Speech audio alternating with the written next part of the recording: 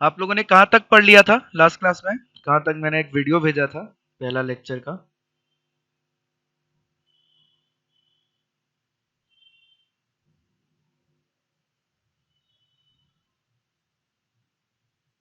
कहाँ तक पढ़ लिया था आप लोगों ने लास्ट क्लास का लेक्चर में? सर इक्वल मैट्रिसेस आज पढ़ना। Equal Yes, matrix, sir. Equal matrix is start. Different types of matrix. Okay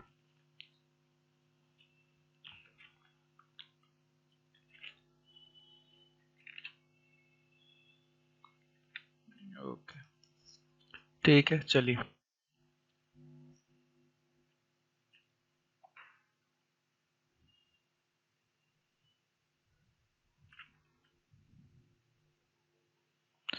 ये नल और मैट्रिक्स पढ़ लिए थे, स्क्वायर मैट्रिक्स पढ़ लिए थे, इक्वल मैट्रिक्स बचा, diagonal matrix, unit matrix, comparable matrix, equal matrix. ठीक है चलिए, इक्वल मैट्रिक्स पढ़ने से पहले हम लोग चलिए इक्वल मैट्रिक्स पढ़ ही लेते हैं, उसके बाद 2-3 पॉइंट और है वो पढ़ेंगे। ठीक है, तो सबसे पहले देखिए इक्वल मैट्रिक्स मतलब होता है क्या है? Two matrices A and B are said to be equal matrix written if they are of same order. ठीक है, सबसे पहले क्या होना चाहिए? सेम ऑर्डर का होना चाहिए। और मैंने बताया था कि दो मैट्रिक्स अगर सेम ऑर्डर का होता है उसको हम लोग बोलते हैं कंपेरेबल मैट्रिक्स। ठीक है, कंपेरेबल का मतलब होता है दोनों मैट्रिक्स जो है सेम ऑर्डर का। इसमें सेम ऑर्डर ऑलरेडी लिख दिया गया, बट अगर कंपेरेबल भी लिखा जाए तो वो चीज गलत नहीं है। ठीक है, ध्यान से सुनिएगा।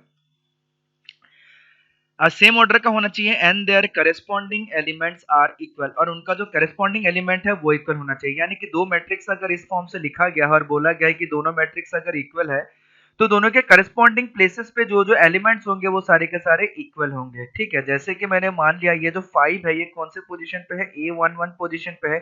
ये जो y है ये कौन से पोजीशन है? ये भी A11 पोजीशन पे, यानी कि फर्स्ट रो फर्स्ट कॉलम वाले पोजीशन पे। तो इस हिसाब से हमारा जो y का वैल्यू हो जाएगा वो कितना हो जाएगा? 5। ठीक है, सिमिलरली ये जो 3 है वो कौन से पोजीशन पे है? ये A12 पोजीशन पे है। और ये z जो है ये भी कौन से पोजीशन पे है? A12 पोजीशन पे, यानी कि फर्स्ट रो और सेकंड कॉलम के पोजीशन पे। तो उस हिसाब से हमारा जो z हो जाएगा वो कितना हो जाएगा? 3। बड़ा ही सिंपल सा है। ठीक है, सिमिलरली अगर हमें देखा जाए कि अगर यहाँ पे हम लोग देखें कि x का वैल्यू क्या होना चाहिए? 1 होना चाहिए। सिमिलरली 7 और 7 इक्वल दे ही रखा है। हम अगर एक एग्जांपल और देखें तो इस तरीके से देख सकते हैं, ध्यान से देखिएगा। अगर मेरे पास एक मैट्रिक्स दे दिया जाए 2 3 4 5 और ऐसे दे दिया जाए A B C D। ठीक है, तो यानी कि जो जो जिस प्लेसेस पे है अगर दो मैट्रिक्स को इक्वल बोल दिया गया, सबसे पहला चीज दोनों का जो ऑर्डर है वो सेम होना चाहिए। ये 2/2 ऑर्डर का है और ये भी 2/2 ऑर्डर का है। उस हिसाब से अगर करस्पॉन्डिंग एलिमेंट की बात करें तो A इक्वल टू 2 के बराबर होना चाहिए। ठीक है, B इक्वल टू 3 के बराबर होना चाहिए, और उस हिसाब से C इक्वल टू 4 के बराबर होना चाहिए। ठीक है, और D इक्वल टू 5 के बराबर होना चाहिए। ठीक है, यानी कि जो भी करस्पॉन्डिंग जिस प्लेसेस पे एलिमेंट दिखेगा वो सारा का सारा चीजें बराबर होगा। ठीक है, जो भी करस्पॉन्डिंग एलिमेंट जिस प्लेसेस पे दिखेगा वो सारा का सारा एलिमेंट जो है वो इक्वल होगा। ठीक है, उसी को लेते हुए हम एक क्वेश्चन भी देख सकते हैं। इधर हमारे पास एक क्वेश्चन है। ठीक है, इसका सॉल्यूशन नहीं देखना है, हम एक क्वेश्चन ले लेते हैं, सॉल्व करके देखते हैं कि ये किस तरीके से क्या सॉल्यूशन निकलेगा। मान लेते हैं हम एक हाँ ये जगह बना लेते हैं। ओके, मान लेते हैं हमें दो मैट्रिक्स दिया गया है, दो मैट्रिक्स इक्वल बोला गया और बोला गया find the value of x y and z. ठीक है, बड़ा ही सिंपल सा है, एक बार देखिएगा। हमें इधर दिया गया है x minus y, 2x minus y, इधर दिया गया है 2x प्लस जेड, और इधर दिया गया है 3z प्लस डब्ल्यू। ठीक है, और इसको इक्वल टू बोला गया है -1 5 0 और 13। हमें बोला गया है एक्स वाई जेड और डब्ल्यू का वैल्यू जो है वो फाइंड आउट करना है। इसको कैसे फाइंड आउट कर सकते हैं? सबसे पहले देखिएगा, ये जो एलिमेंट है और ये एलिमेंट है, करस्पॉन्डिंग एलिमेंट सारा का सारा इक्वल होगा, यानी कि x minus y equal to 1 होगा। इसको हम लोग पहला नंबर से सेव कर लेते हैं। दूसरा 2x प्लस जेड जो है वो 5 के बराबर हो जाएगा। 2x plus Z equal to 5। ये linear equation in two variable की तरह हम लोग सॉल्व करेंगे इसको, जो हम लोग क्लास 9 10th में सॉल्व करते थे। दूसरा 2x minus y equal to 0 दे रखा है। 2x minus y equal to 0 दे रखा है, इसको 3 नंबर से सेव कर लेते हैं। और थर्ड 3z प्लस डब्ल्यू जो है वो किसके बराबर हो जाएगा, 13 के बराबर हो जाएगा। 3z प्लस डब्ल्यू किसके बराबर हो जाएगा, 13 के बराबर हो जाएगा। इसको हम नंबर 4 से सेव कर लेते हैं। इस वाले ऑपरेशन में देखेंगे तो मेरा वैल्यू निकल जाएगा y इक्वल टू 2x। ठीक है, इक्वेशन नंबर 3 को हम सिंप्लीफाई करके y इक्वल टू 2x लिख सकते हैं। अब क्या करते हैं, इसमें y इक्वल टू 2x को 1 में पुट कर देंगे। पुटिंग y इन 1, y को अगर 1 में पुट कर देंगे तो x माइनस, सॉरी ये माइनस 1 है, x minus 2x equal to कितना आ जाएगा, -1। तो उस हिसाब से x का वैल्यू कितना आ जाएगा, 1।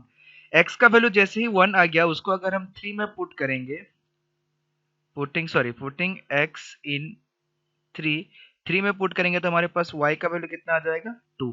अगेन पुटिंग x इन 2, अगर x का वैल्यू 2 में पुट करेंगे तो हमारे पास क्या आ जाएगा, 2 प्लस z इक्वल टू 5। तो z का वैल्यू कितना आ जाएगा, 3 आ जाएगा। ठीक है, अब जैसे ही z का वैल्यू हम लोग 4 में पुट करेंगे, पुटिंग z इन 4, z का वैल्यू हम 4 में पुट करेंगे तो 3 into 3 plus w equal to 13 आ जाएगा। 3 into 3 9 plus w is equal to 13 आ जाएगा। तो w इज इक्वल टू आ जाएगा 4। ठीक है, तो हमने कुछ कुछ वैल्यू निकाला है। ठीक है, इससे हमारा क्या निकल गया, x का वैल्यू निकल गया हमारा 1, x का वैल्यू फाइंड आउट हो गया 1, y का वैल्यू फाइंड आउट हो गया 2, z का वैल्यू फाइंड आउट हो गया 3 और w का वैल्यू फाइंड आउट हो गया 4।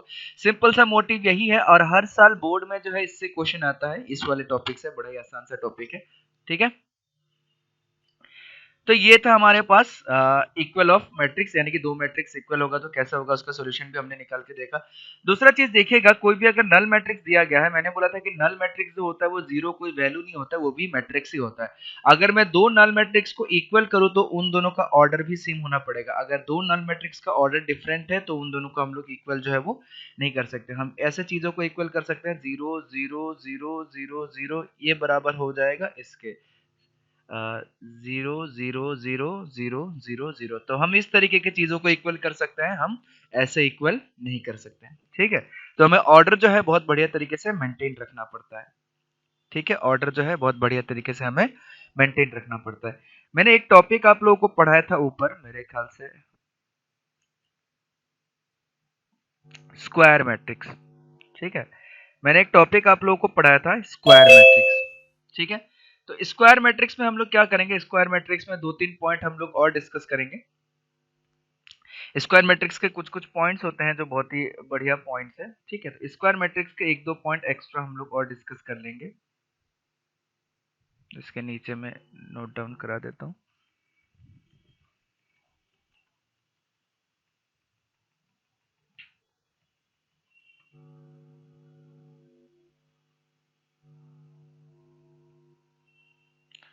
ठीक है, नोट में कुछ कुछ पॉइंट्स हम लोग डिस्कस करेंगे। स्क्वायर मैट्रिक्स का मतलब हमने क्या पढ़ा था, एक ऐसा मैट्रिक्स जिसका नंबर ऑफ रोज और नंबर ऑफ कॉलम्स क्या हो, equal.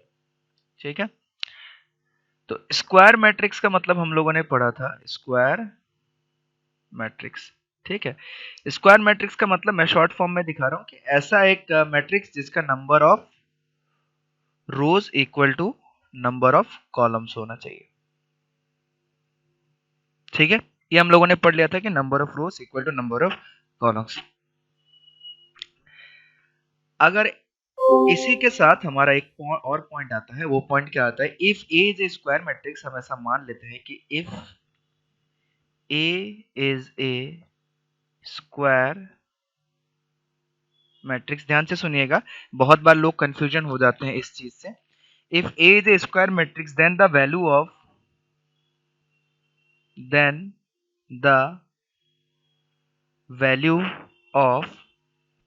corresponding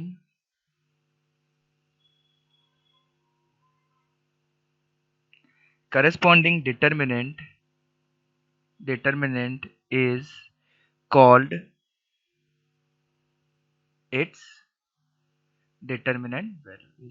its determinant value।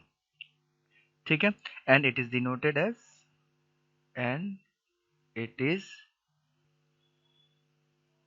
denoted as determinant of A और det of A। ठीक है, दोनों सेम चीज है। कहीं पे अगर ऐसा लिखा जाए या फिर DET ऑफ A लिखा जाए, दोनों सेम चीज है। ये पॉइंट क्या बता रहा है, ध्यान से समझने की कोशिश करना।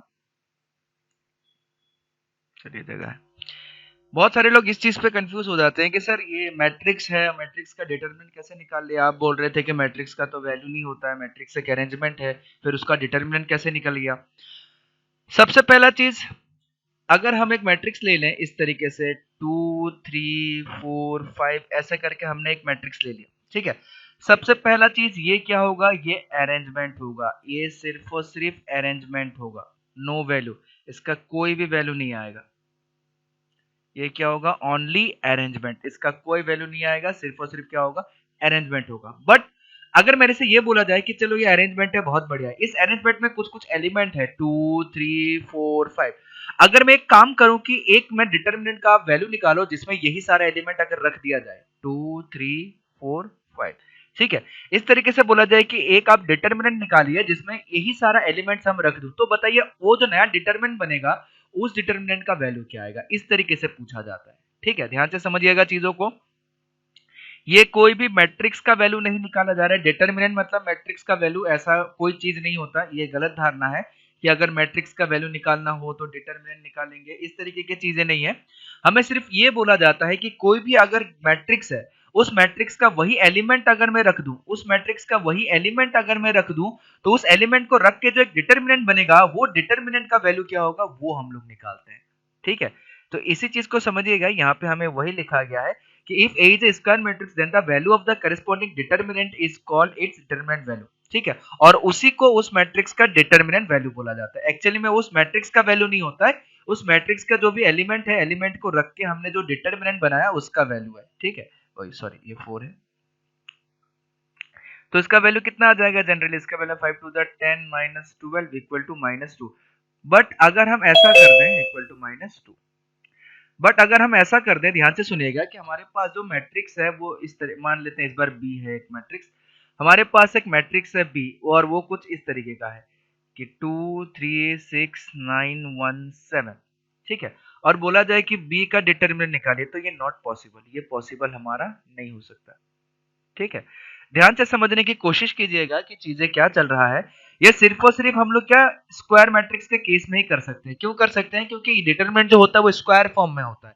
तो अगर एक हमें स्क्वायर मैट्रिक्स दे दिया जाए और उसी के एलिमेंट्स को लेके अगर हम एक डिटरमिनेंट निकालें, तो उसको हम लोग बोलते हैं वैल्यू ऑफ इट्स डिटरमिनेंट। ठीक है, आया समझ में। तो इसमें कंफ्यूजन नहीं होना है कि इस मैट्रिक्स का वैल्यू निकाला गया तो हम किसी भी मैट्रिक्स का वैल्यू निकाल सकते हैं, तो वैसा चीज नहीं है, मैट्रिक्स का वैल्यू नहीं निकाला गया, उस मैट्रिक्स का जो भी एलिमेंट था उस एलिमेंट को डिटरमिनेंट के फॉर्म में हमने रख दिया, उसके बाद उस वाले डिटरमिनेंट का वैल्यू निकाल के देखा कि कितना वैल्यू आ रहा है। ठीक है, तो किसी को भी कंफ्यूज नहीं होना है ये सब चीजों में। चलिए हम लोग आगे बढ़ते हैं, एक और पॉइंट हम लोग देखते हैं इसी तरीके का स्क्वायर मैट्रिक्स के फॉर्म में। ठीक है, कुछ कुछ पॉइंट्स है जो हमें याद रखना पड़ता है। ठीक है, तो दूसरा पॉइंट हमने पढ़ लिया, तीसरा पॉइंट हम लोग पढ़ लेते हैं। ठीक है, थोड़ा सा और जगह बनाया जाए, तीसरा पॉइंट हम लोग पढ़ते हैं। तीसरा पॉइंट ध्यान से देखिएगा, तीसरा पॉइंट हमारे पास क्या आ जाता है, अगर कोई भी नल मैट्रिक्स है, ठीक है, कोई भी नल मैट्रिक्स है, उसका डिटरमिनेंट का वैल्यू निकाल तो वो जीरो ही निकलेगा, कुछ नहीं कह सकते। ठीक है, बट हम ये भी एक हो सकता है, बट डिटरमिनेंट ऑफ ए अगर इक्वल टू जीरो आ जाए, इट डज नॉट इंप्लाइज कि ए इक्वल टू जीरो होगा। ठीक है, ए इक्वल टू नल मैट्रिक्स होगा। क्यों ऐसा, जैसे कि मान लो हम एक एग्जांपल के तौर पे हम समझ सकते हैं, हम एक मैट्रिक्स ले लेते हैं ए। ठीक है, हम एक मैट्रिक्स ले लेते हैं ए, कुछ इस तरीके का, समझने की कोशिश कीजिएगा चीजों को। हम एक मैट्रिक्स ले लेते हैं ए 2 3 और ये 2 3 ऐसा ले लेते हैं। ठीक है, ये अगर हम ऐसा ले लेते, एक्चुअली में क्या हुआ, ये मैट्रिक्स तो नल मैट्रिक्स तो है नहीं, सिंपल सी बात है, ये मैट्रिक्स नल मैट्रिक्स नहीं है, इसमें 2 3 2 3 कुछ ना कुछ एलिमेंट है। बस इस मैट्रिक्स का अगर हम डिटरमिनेंट निकालना चाहेंगे, तब हमारा वैल्यू जो है वो क्या निकल जाएगा, जीरो निकल जाएगा, क्योंकि ये 6 माइनस 6 इक्वल टू जीरो हो जाएगा। ठीक है, तो डिटरमिनेंट का वैल्यू जीरो होने से ये मतलब नहीं है कि वो मैट्रिक्स नल मैट्रिक्स होगा, बट अगर वो नल मैट्रिक्स हुआ तो डिटरमिनेंट का वैल्यू जीरो होना ही है, चाहे कुछ भी हो जाए। ठीक है, तो ये सब चीजों पे कंफ्यूजन नहीं होना। ठीक है, ये सब चीजें थोड़ा सा याद रखिएगा। बट अगर ए अगर हमारा नल मैट्रिक्स हो गया 0 0 0 0, तब हम कुछ नहीं कर सकते। हमारा जो नल मैट्रिक्स आएगा, इसको हम लोग नल मैट्रिक्स को ऐसे लिखते हैं, तो नल मैट्रिक्स का जो भी वैल्यू आएगा, डिटरमिनेंट आएगा, वो इक्वल टू 0 ही होगा। चलिए, बहुत बढ़िया। उसके बाद हम लोग एक और पॉइंट पढ़ते हैं। हमारा 3 नंबर हमने पढ़ लिया, 3 नंबर पॉइंट तक हमने पढ़ लिया शायद। ओके, पहला, दूसरा, तीसरा पॉइंट। एक चौथा पॉइंट पढ़ते हैं नोट पे, ध्यान से देखिएगा। Fourth number point.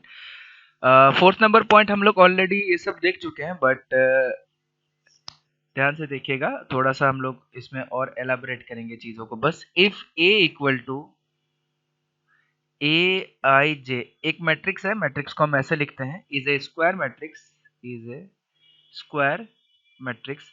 अगर कोई भी मैट्रिक्स जो है एक स्क्वायर मैट्रिक्स हुआ, ठीक है, of order n, n order का अगर कोई भी स्क्वायर मैट्रिक्स हुआ, देन हमारे पास कुछ कुछ पॉइंट्स आता है, वो पॉइंट्स हम लोग नोट डाउन कर सकते हैं। ठीक है, सबसे पहला पॉइंट ध्यान से सुनिएगा, element A I J are said to form, elements A, I, J are said to form a principal diagonal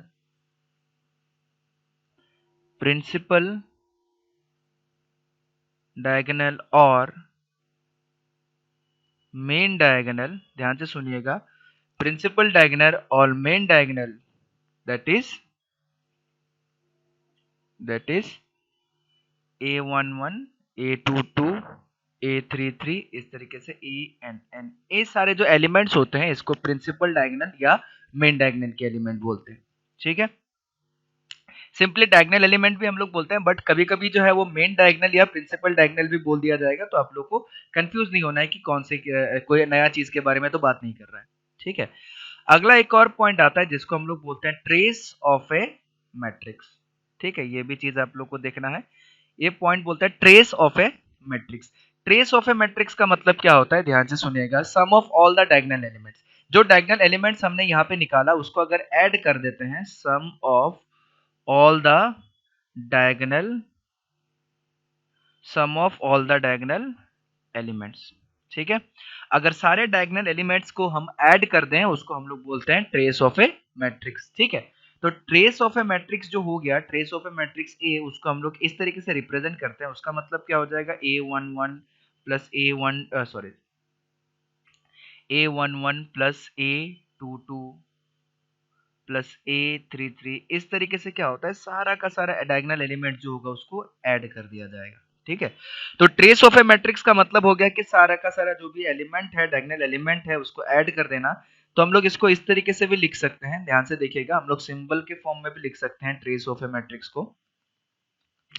जो ट्रेस ऑफ मैट्रिक्स हमारा आएगा, trace of a matrix A, उसको हम लोग ऐसे भी लिख सकते हैं, summation of i equal to 1 से लेके n ai, क्योंकि ये क्या बताएगा, हमारा डायगोनल एलिमेंट्स बताएगा, ये हमारा डायगोनल एलिमेंट्स बताएगा। ठीक है, तो इसको हम लोग ऐसे भी नोट डाउन करके लिख सकते हैं। तो ये हो गया हमारा ट्रेस ऑफ ए मैट्रिक्स।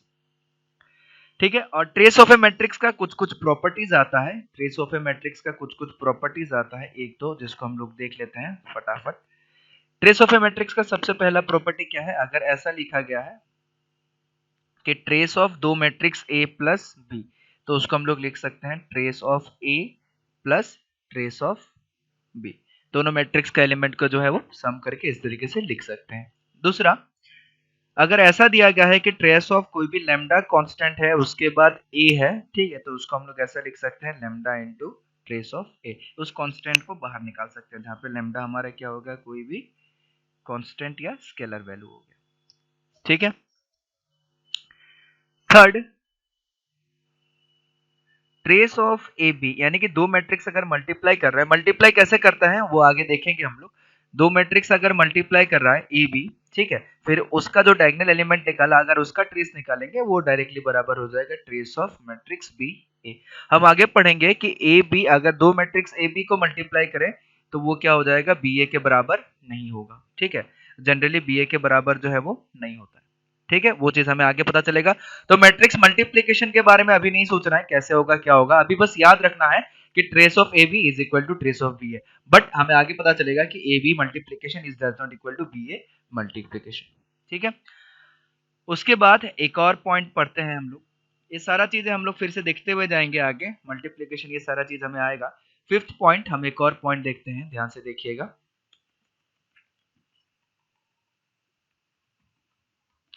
अब अगला फिफ्थ पॉइंट हमारे पास एक आएगा। फिफ्थ पॉइंट इस तरीके का है कि if A is a square matrix, if A is a square matrix, ध्यान से देखिएगा, अगर ए एक स्क्वायर मैट्रिक्स है, if A is a square matrix, then A को जो है सिंगुलर मैट्रिक्स बोला जाता है। Then A is singular matrix, then A is singular matrix, ध्यान से सुनिएगा, then A is singular matrix if determinant of A is equal to 0। अगर कोई भी मैट्रिक्स का डिटर्मिनेंट वैल्यू इक्वल टू 0 आ जाता है तो उसको हम लोग बोलते हैं सिंगुलर मैट्रिक्स। इसको आगे भी हम लोग बहुत ज्यादा चर्चा करेंगे, इनवर्स ऑफ ए मैट्रिक्स, ये सारे पोर्शन पे। ठीक है, तो इसलिए इस पे ज्यादा अभी सोचना नहीं है, इस चीज को बस याद रख लेना है। अगर डिटरमिनेंट 0 हो जाता है तो उसका नाम पड़ जाता है सिंगुलर मैट्रिक्स, अगर डिटरमिनेंट 0 नहीं होता है तो उसका नाम पड़ता है नॉन सिंगुलर मैट्रिक्स। ठीक है, non singular matrix. Non singular matrix कब होगा? इफ डिटर्मिनेंट ऑफ ए जो है वो डज नॉट इक्वल टू 0 हो जाएगा। ठीक है, जब determinant of A equal to 0 हो जाता है तो उसको हम लोग बोलते हैं सिंगुलर मैट्रिक्स, जब determinant of A not equal to 0 होता है तो उसको हम लोग बोलते हैं नॉन सिंगुलर मैट्रिक्स। इस पॉइंट को भी याद रखना है, और आगे भी इस पॉइंट को हम लोग इनवर्स मैट्रिक्स में आगे जाके चर्चा करेंगे इसको भी। ठीक है, तो इसीलिए ये सारे पॉइंट्स हम लोग एक बार इनिशियली देख ले रहे हैं, फिर आगे जाके इसको दोबारा और चर्चा करेंगे। अब ध्यान से सुनिएगा, कुछ पॉइंट है, किसी को थोड़ा सा गड़बड़ी कर सकता है इस पे। ठीक है, ये पॉइंट है कि सिंगुलर और नल मैट्रिक्स जो होता है दोनों डिफरेंट मैट्रिक्स है, कोई भी इस केस में कंफ्यूजन नहीं होना है। ठीक है, singular and null matrix are different. ठीक है, बहुत बार बहुत लोगों को क्या कंफ्यूजन हो सकता है कि सिंगुलर और नल मैट्रिक्स सेम ही चीज है। ठीक है, नल मैट्रिक्स के केसेस में क्या होता है, सारा का सारा एंट्रीज जो होता है वो इक्वल टू 0 होता है, बट सिंगुलर मैट्रिक्स के केस में ऐसा नहीं होगा। अगर हम एक मैट्रिक्स ले लें ए, ठीक है, और ए को ऐसा ले लें कि 0 0 0 2 3 6 9 1 7, तो ये हो गया हमारा सिंगुलर मैट्रिक्स, क्योंकि इसका डिटरमिनेंट वैल्यू अगर निकालेंगे तो वो हमेशा 0 आ जाएगा। बट नल मैट्रिक्स के केसेस में क्या होता है, नल मैट्रिक्स के केसेस में मतलब all entries are 0। Null matrix के केसेस में क्या होगा, ऑल एंट्रीज, एंट्रीज का मतलब उसके अंदर जो एलिमेंट्स रहेंगे। ठीक है, ऑल एंट्रीज आर 0, यानी कि उसके अंदर जितने भी एलिमेंट्स रहेंगे सारे के सारे। हाँ, एक बच्चे ने क्वेश्चन पूछा था मेरे से, इसी से याद आ गया कि एक मैट्रिक्स बताइए जिसका सारा का सारा एंट्रीज जो होगा 0 और 1 होगा। ठीक है, तो इस पे भी हम लोग डिस्कस करेंगे। तो नल मैट्रिक्स का मतलब क्या होता है, सारा का सारा एंट्रीज जो होता है वो इक्वल टू 0 हो जाता है। ठीक है, तो नल मैट्रिक्स की अगर बात करें तो नल मैट्रिक्स का मतलब हो जाएगा कुछ इस तरीके का 0 0 0 0 0 0। बट सिंगुलर और नॉन सिंगुलर मैट्रिक्स जो होगा वो सिर्फ और सिर्फ स्क्वायर मैट्रिक्स ही होगा। ऐसा क्यों? क्योंकि हम उसका डिटरमिनेंट इक्वल टू 0 चेक करते हैं ना, तो डिटरमिनेंट किसी चीज का 0 कब चेक कर सकते हैं, डिटरमिनेंट किसी चीज का कब निकाल सकते हैं, जब वो स्क्वायर फॉर्म में हो। ठीक है, तो आप लोग को ये चीज समझना पड़ेगा थोड़ा सा। तो हमने ट्रेस ऑफ ए मैट्रिक्स पढ़ लिया, ये पढ़ लिया। अब मैं आप लोग को एक क्वेश्चन दे रहा हूँ, वो क्वेश्चन आप लोग ट्राई करके बताइए कि उसका आंसर कितना आया, क्या होगा। ठीक है, एक क्वेश्चन दे रहा हूँ मैं आप लोगों को, ध्यान से देखिएगा। क्वेश्चन कुछ इस तरीके का है, बड़ा ही आसान सा क्वेश्चन है कि लेट, सब लोग नोट डाउन कर लीजिए, let A is equal to A I J. A एक मैट्रिक्स है जिसका एलिमेंट होगा I I J, is a square matrix, is a square matrix of order n। ठीक है, of order n, and a I j is equal to 2i plus 3j square, then find trace of matrix A। आप लोगों के पास total 3 minute का समय है, 3 minute में आप लोग को ये पूरा का पूरा क्वेश्चन सॉल्व करना है। फटाफट इस क्वेश्चन को सॉल्व कीजिए और इसका आंसर बताइए कितना आ रहा है, जल्दी कीजिए।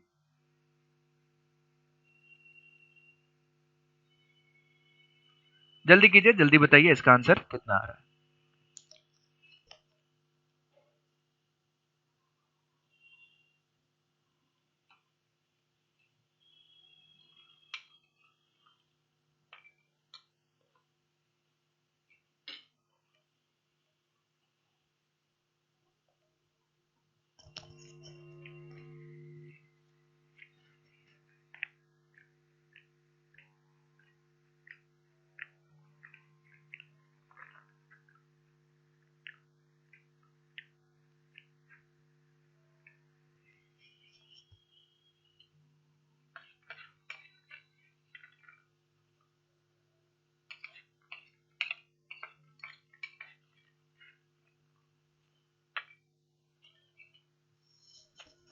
$54 आएगा सर। एन ऑर्डर का है, वो किसी नंबर के फॉर्म में नहीं आएगा, वो एन के फॉर्म में आएगा।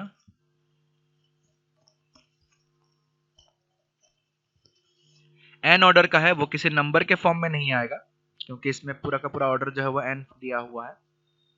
ठीक है, वो एन के फॉर्म में आएगा। तो n into n plus 1 into 2 plus 3 by 2।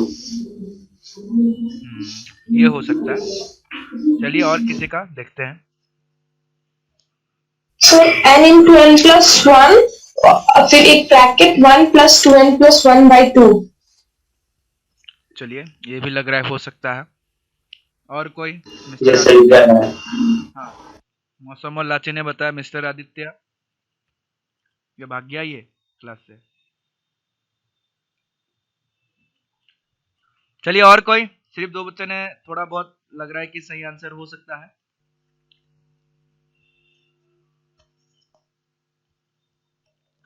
चलिए ठीक है, हम लोग देखते हैं। अगर आप लोग का ये ऑफ हो जाता है तो दोबारा आप लोग लॉगिन कीजिएगा। ठीक है, हमें थोड़ा सा लंबा क्लास लेना है। चलिए देखते हैं इसका आंसर क्या हो सकता है।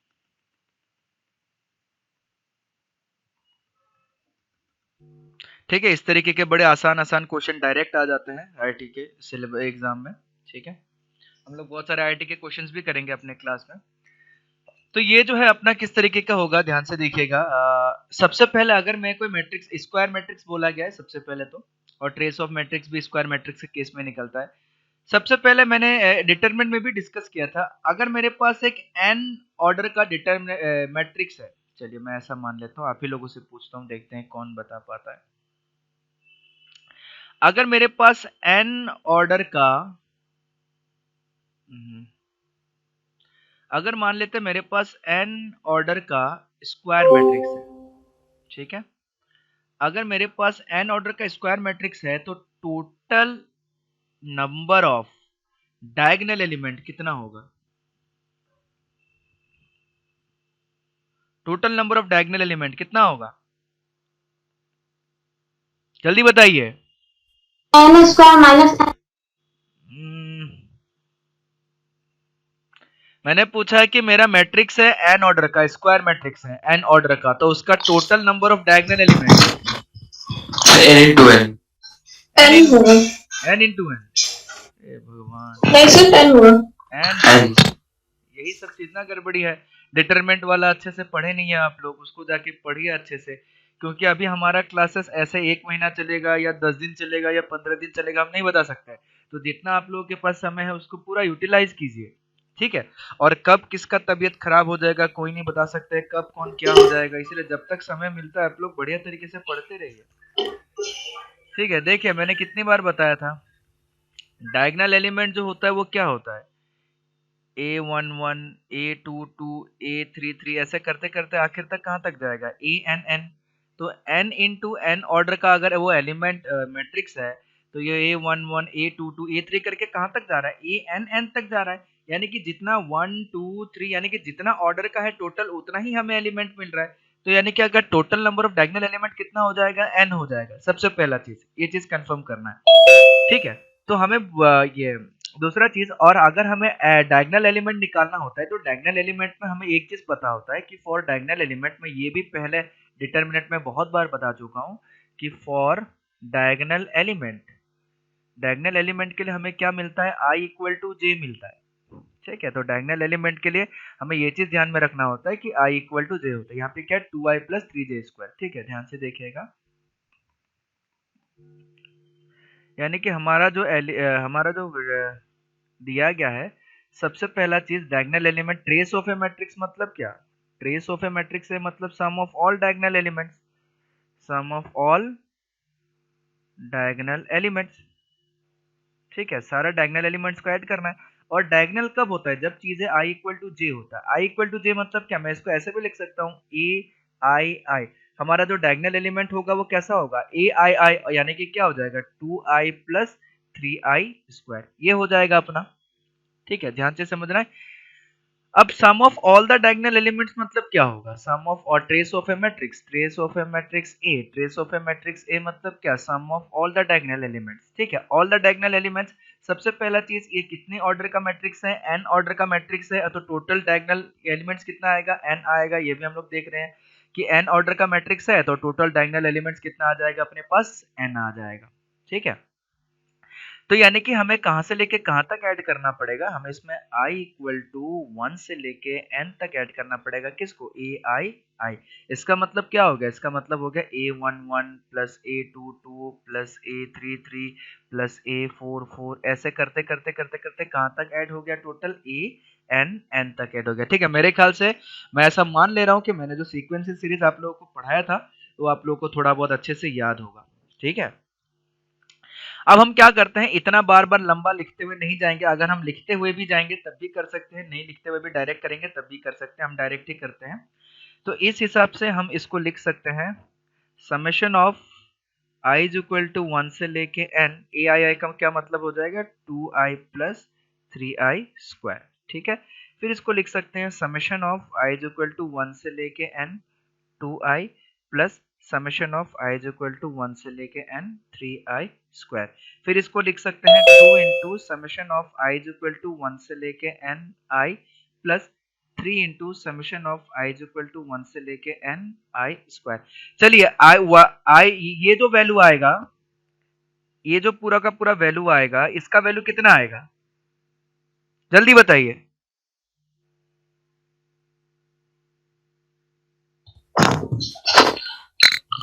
n into n plus 1 by 2. n into n plus 1/2, क्योंकि ये 1 plus 2 plus 3 plus 4 plus 5 plus 6 plus ऐसे होते जा रहा है आपको कहां तक, n तक, तो ये हमारा आएगा। दूसरा, इसका बताइए इस वाले पार्ट का कितना होगा, n into n plus 1 into 2n plus 1 by 6. Very good. मैं थोड़ा सा जगह नहीं हो रहा है, चलो मैं साइड में छोटा सा लिख दे रहा हूँ। सही बोला, एकदम करेक्ट है। 2n प्लस, हाँ गड़बड़ा गया, इधर है, थोड़ा सा ऐसे बना, 2n प्लस 1/6। ठीक है, तो इसमें क्या लिख सकते हैं, 2 और 2 कट जाएगा, 3 2 जा 6 आ जाएगा, इधर n इंटू n प्लस 1 आ जाए। मैं थोड़ा सा आगे लिख देता हूँ ताकि हमें थोड़ा सा जगह मिल जाए।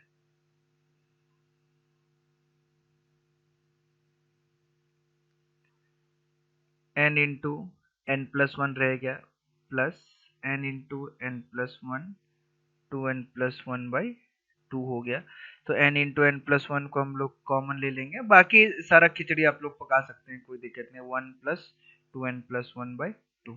ठीक है, फिर 2 को इधर ले लेंगे, सिंप्लीफाई कर देंगे, वो सब आप लोग करते रह सकते हैं, कोई दिक्कत नहीं। बट जो मेन चीज है वो हमें समझ में आ गया कि इस तरीके से होता है। ठीक है, उसके बाद एक दो पॉइंट और है जो हमें सीखना है। ठीक है, सिंपली हम लोगों ने आइडेंटिटी मैट्रिक्स तो पढ़ लिया। ठीक है, साथ ही साथ हम लोगों ने डिफरेंट प्रॉपर्टीज में और क्या क्या पढ़ लिया, एक बार देख लेते हैं। इक्वल मैट्रिक्स से पहले ओके, डायगोनल मैट्रिक्स हमने पढ़ लिया, डायगोनल एलिमेंट्स भी मैंने बता दिया था, डायगोनल मैट्रिक्स भी हमने, यही डायगोनल एलिमेंट्स को हम प्रिंसिपल डायगोनल एलिमेंट्स भी बोलते हैं और साथ ही साथ मेन डायगोनल एलिमेंट भी बोलते हैं, तो कंफ्यूज नहीं होना ये सब चीजों में। ठीक है, तो ये हो गया। उसके बाद डायगोनल मैट्रिक्स पढ़ लिया, स्केलर मैट्रिक्स पढ़ लिया, यूनिट यानी कि आइडेंटिटी मैट्रिक्स पढ़ लिया, कंपेरेबल मैट्रिक्स पढ़ लिया, इक्वल मैट्रिक्स पढ़ लिया। उसके बाद स्क्वायर मैट्रिक्स में कुछ कुछ प्रॉपर्टीज थे वो हम लोग पढ़ लिया। ठीक है, ओके। क्या क्या पढ़ लिया हम लोगों ने? Okay, square matrix, number of rose, okay, determinant के बारे में पढ़ लिया, ये पढ़ लिया, प्रिंसिपल ये पढ़ लिया, ट्रेस ऑफ ए मैट्रिक्स पढ़ लिया, उसका प्रॉपर्टीज पढ़ लिया।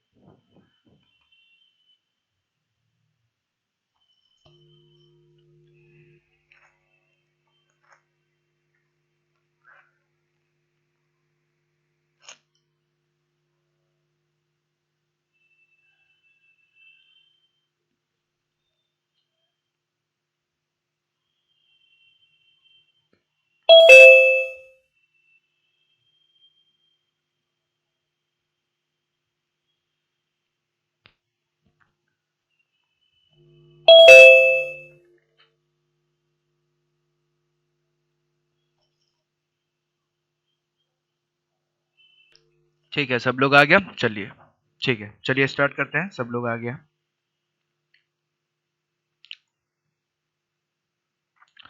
उसके बाद हमें एक पॉइंट और पढ़ना है, ध्यान दीजिएगा, हमें एक और पॉइंट और पढ़ना है जिसका नाम होता है अपर triangular matrix and lower triangular matrix. ठीक है, इसी में आगे जो भी पॉइंट आता है उसमें लिख लीजिएगा अपर ट्रायंगुलर मैट्रिक्स। ठीक है, जिसको हम लोग UTM ऐसे भी बोलते हैं, अपर ट्रायंगुलर मैट्रिक्स। ठीक है, ये अपर ट्रायंगुलर मैट्रिक्स क्या होता है, ध्यान से देखिएगा। अपर ट्रायंगुलर मैट्रिक्स मतलब एक ऐसा मैट्रिक्स जिसका मेन डायगोनल के नीचे जितना भी एलिमेंट्स होगा वो सारा का सारा जीरो होगा। एक ऐसा मैट्रिक्स, एक ऐसा स्क्वायर मैट्रिक्स जिसका मेन डायगोनल के नीचे जितना भी एलिमेंट होगा वो सारा का सारा क्या होगा, जीरो होगा। ठीक है, तो ध्यान से देखिएगा, अपर ट्रायंगुलर मैट्रिक्स मतलब क्या होगा, all entries below the main diagonal, below the main diagonal are zero. यानी कि एक ऐसा मैट्रिक्स जिसका मेन डायगोनल के नीचे जितना भी एलिमेंट्स होगा वो सारा का सारा एलिमेंट्स क्या हो जाएगा, जीरो हो जाएगा। ठीक है, अगर हम एक बनाना चाहें, उसके ऊपर का हमें नहीं पता, बट उसके नीचे का सारा जीरो हो जाएगा। जैसे 2 3 4 5 6 7 8 9 2 3 7 1 5 4 2 1, ये हमारा एक नॉर्मल सा कोई भी मैट्रिक्स हो गया। ठीक है, ये सारा का सारा एलिमेंट्स जो हो गया ये मेन डायगोनल के नीचे आ गया, तो ये सारा का सारा एलिमेंट्स क्या हो जाएगा, 0 2 3 4 2 3 4। ठीक है, तो इस टाइप के जो भी मैट्रिक्स बनते हैं उसको हम लोग बोलते हैं अपर ट्रायंगुलर मैट्रिक्स। यानी कि इस टाइप का मैट्रिक्स है जिसका मेन डायगोनल हो गया, मेन डायगोनल कौन सा हो गया, ये हमारा मेन डायगोनल हो गया। ठीक है, ये हमारा मेन डायगोनल हो गया। अब मेन डायगोनल के नीचे जितना भी एलिमेंट्स है वो सारा का सारा जीरो होना चाहिए। मेन डायगोनल्स के ऊपर या मेन डायगोनल्स पे नहीं बोला गया, ध्यान से समझिएगा, मेन डायगोनल्स के नीचे जितना भी एलिमेंट्स है वो सारा का सारा क्या हो जाना चाहिए, जीरो होना चाहिए। सिमिलरली तो इसको हम लोग बोलेंगे अपर ट्रायंगुलर मैट्रिक्स, तो ये हो जाएगा हमारा अपर ट्रायंगुलर मैट्रिक्स। सिमिलरली हम लोग इसको भी साथ ही में देख लेते हैं, लोअर ट्रायंगुलर मैट्रिक्स। ठीक है, जिसको हम लोग LTM बोलेंगे, इसको भी हम लोग साथ ही में देख लेते हैं। लोअर ट्रायंगुलर मैट्रिक्स मतलब क्या, सिमिलरली इसका उल्टा हो जाएगा। कोई भी एक मैट्रिक्स, ये तो मैंने 4 ऑर्डर का बना दिया, मैं कुछ भी 3 का ले लेता हूँ, जैसे ऐसा ले लेते हैं 2 3 6 2 1, ऐसा ले लेते हैं 4, इधर आ जाएगा 0 0 0। ठीक है, अब ये एक ऐसा सॉरी ये तो उल्टा बना दिया मैंने, फिर से अपर ट्रायंगुलर ही बना दिया। एक ऐसा मैट्रिक्स बनाना है जिसमें क्या हो जाए, मेन डायगोनल के ऊपर सारा का सारा एलिमेंट जो है वो 0 होना चाहिए। ठीक है, यानी कि मेन डायगोनल के ऊपर जितना एलिमेंट है वो सारा का सारा 0 होना चाहिए। एक ऐसा मैट्रिक्स बन गया जिसमें ये हमारा मेन डायगोनल है। ध्यान से सुनिएगा, हमें सिर्फ डेफिनेशन में इतना ही बोला गया कि मेन डायगोनल के ऊपर और मेन डायगोनल के नीचे। ये नहीं बोला गया कि मेन डायगोनल के ऊपर अगर 0 हो गया तो नीचे 0 नहीं हो सकता है। ठीक है, डेफिनेशन में ध्यान से सुनिएगा, लोअर ट्रायंगुलर मैट्रिक्स मतलब मेन डायगोनल के ऊपर जितना एलिमेंट्स होना चाहिए वो 0 होना चाहिए। ठीक है, तो ये पहला हमने क्या पढ़ा था, UTM यानी कि अपर ट्रायंगुलर मैट्रिक्स की all diagonals all entries below the main diagonal are 0। तो लोअर ट्रायंगुलर मैट्रिक्स मतलब क्या हो जाएगा, all entries above the main diagonals are 0। ठीक है, अब इसमें कुछ कुछ चीजें हम लोग फाइंड आउट कर सकते हैं अपर ट्रायंगुलर मैट्रिक्स और लोअर ट्रायंगुलर मैट्रिक्स में, ये इस तरीके के क्वेश्चन आ जाते हैं।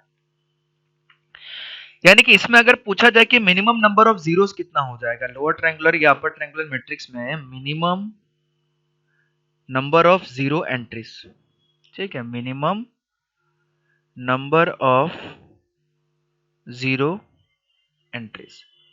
अब minimum number of zero entries वो कितने के बराबर हो जाएगा, वो कितना हो जाएगा इस चीज में, हाँ कितना हो जाएगा, अगर n ऑर्डर का अगर हमारे पास मैट्रिक्स हो गया, n ऑर्डर का मैट्रिक्स हो गया तो minimum number of zero entries कितना हो जाएगा, n square minus n by 2।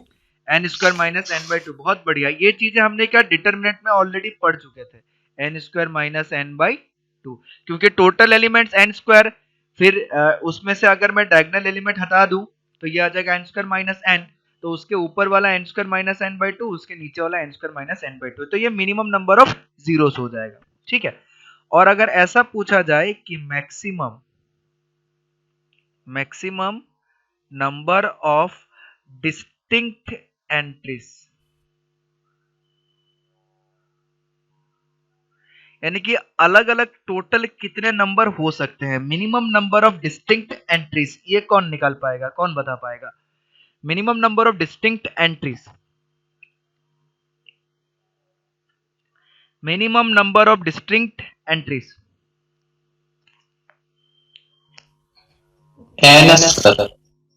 n square distinct entries. ध्यान से पढ़ो क्वेश्चन को, n square minus n by 2 plus n। n square minus n by 2 plus n। ठीक है, डिस्टिंक्ट एंट्रीज, ध्यान से सुनना, डिस्टिंक्ट एंट्रीज मतलब सबका सब अलग अलग। सबसे पहले अगर हम बात करें कि डायगोनल के ऊपर वाला पार्ट को, ठीक है, डायगोनल के ऊपर, मैं सिर्फ यूटीएम लेके एक्सप्लेन कर रहा हूँ, एलटीएम के लिए भी सेम चीज होगा।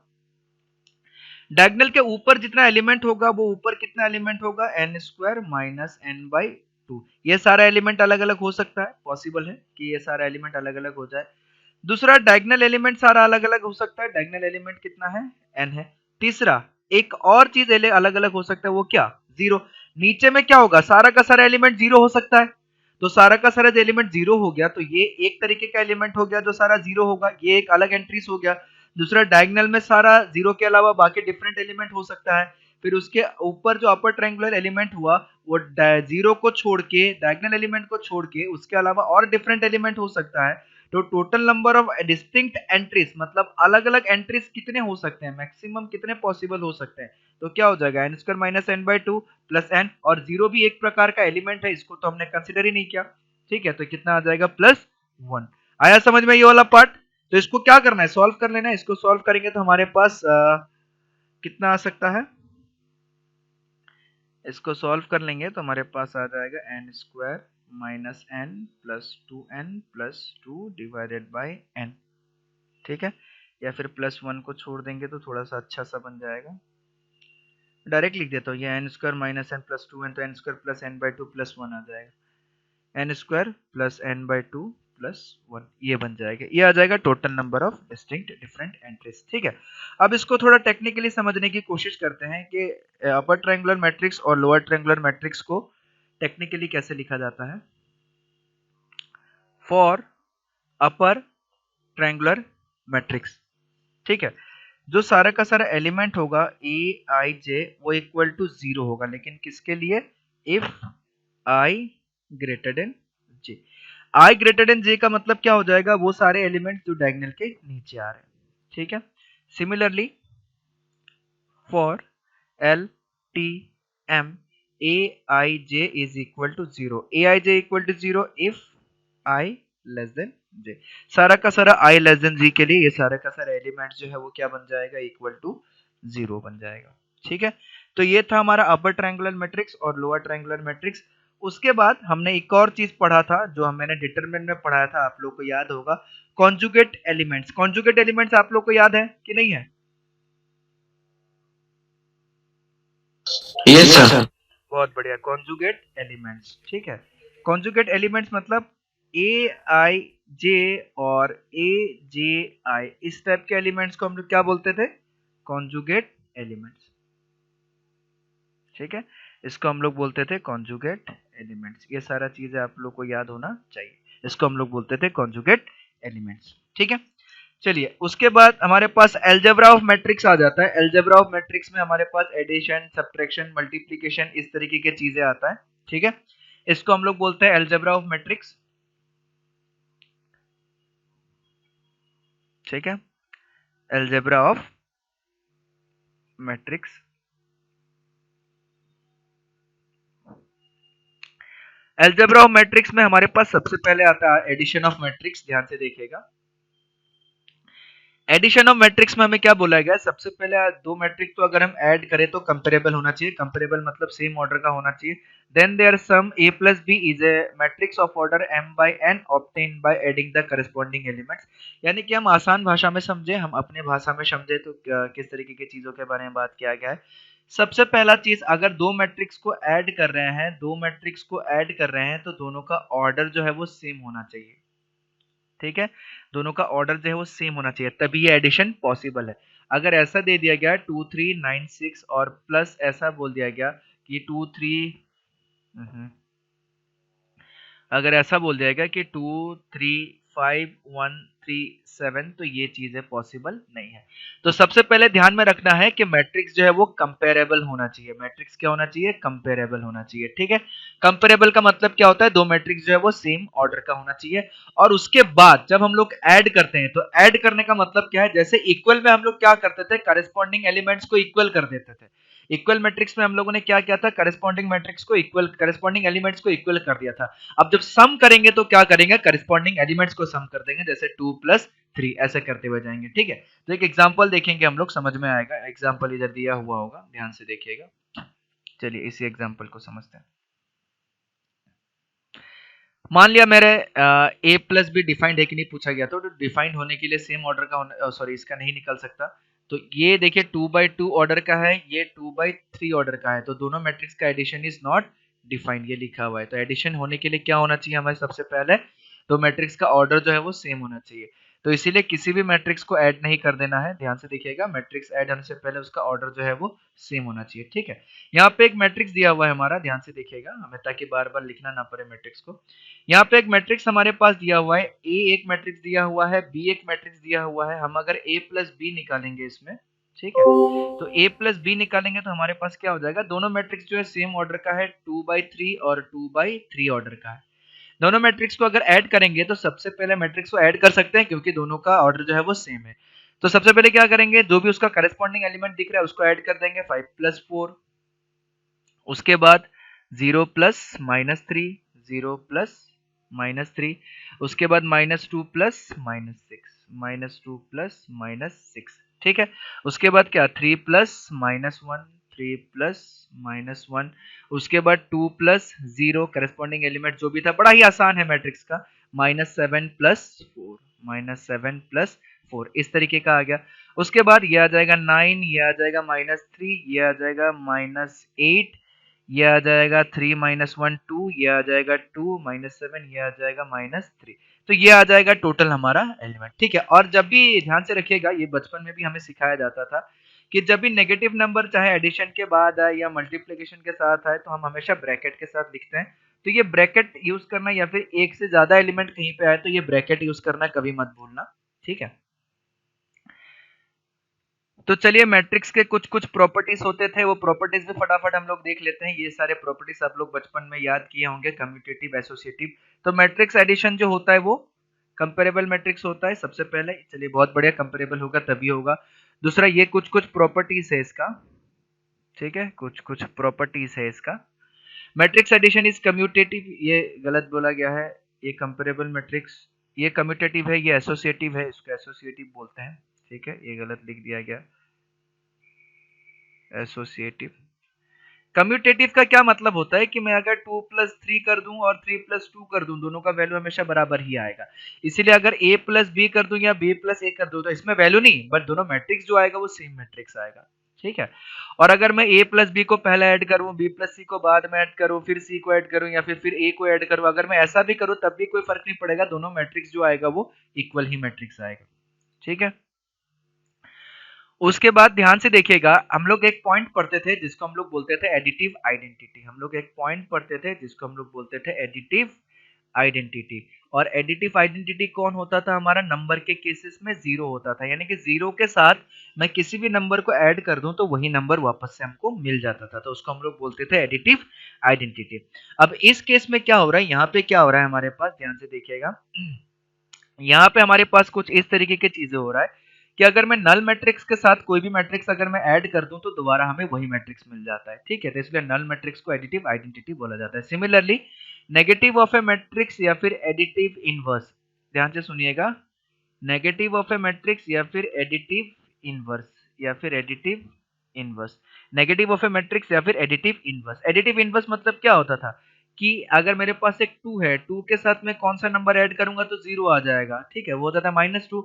बट यहाँ पे एक मैट्रिक्स है, एक मैट्रिक्स के साथ मैं कौन सा मैट्रिक्स ऐड कर दूं तो मेरा आंसर जो है वो नल मैट्रिक्स आ जाए, जीरो नहीं। हम मैट्रिक्स के केस में कोई भी चीज जीरो नहीं होता, वो क्या आता है, नल मैट्रिक्स हो जाता है, ठीक है।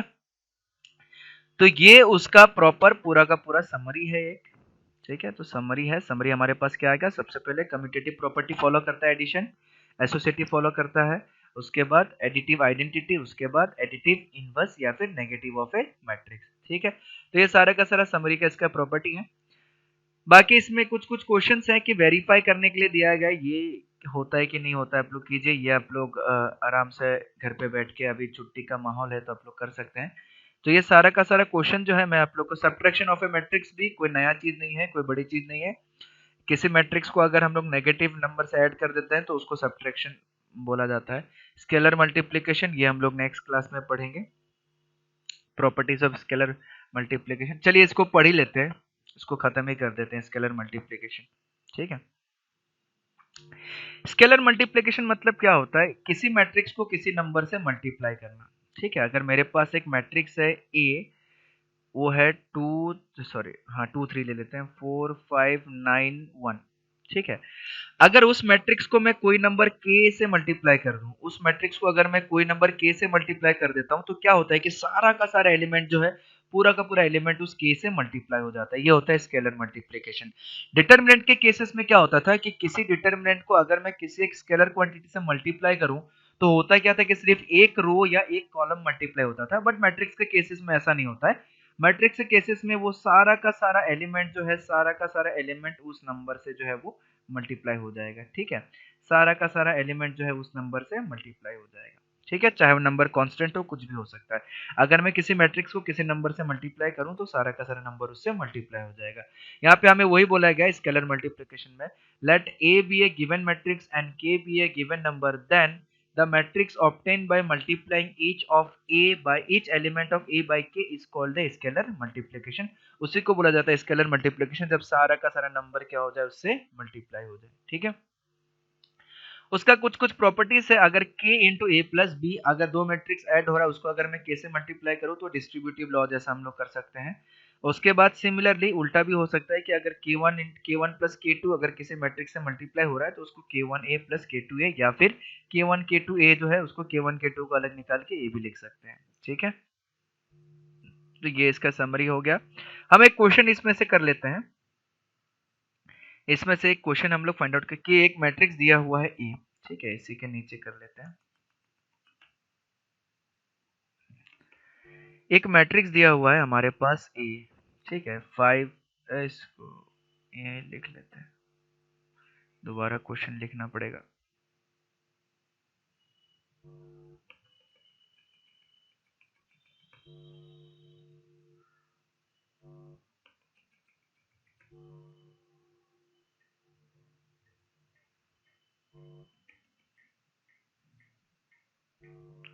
ठीक है, चलिए एक बड़ा ही आसान सा क्वेश्चन हम लोग कर लेते हैं।